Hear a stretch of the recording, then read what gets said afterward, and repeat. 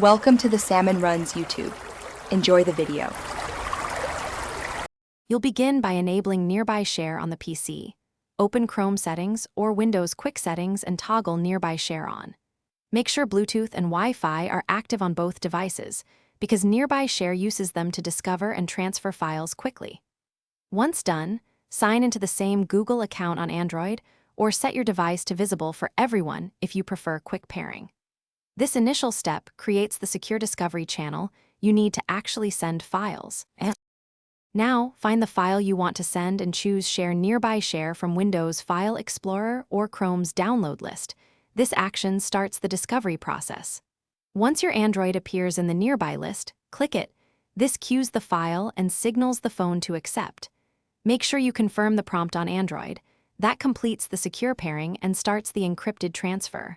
If the progress stalls, try moving devices closer to keep Bluetooth/Wi-Fi signals strong and uninterrupted. Finish by waiting for the transfer to reach 100%, then open Downloads or the Files app on Android to verify the file. If the transfer fails, first toggle Bluetooth and Wi-Fi on both devices and set Android visibility to everyone.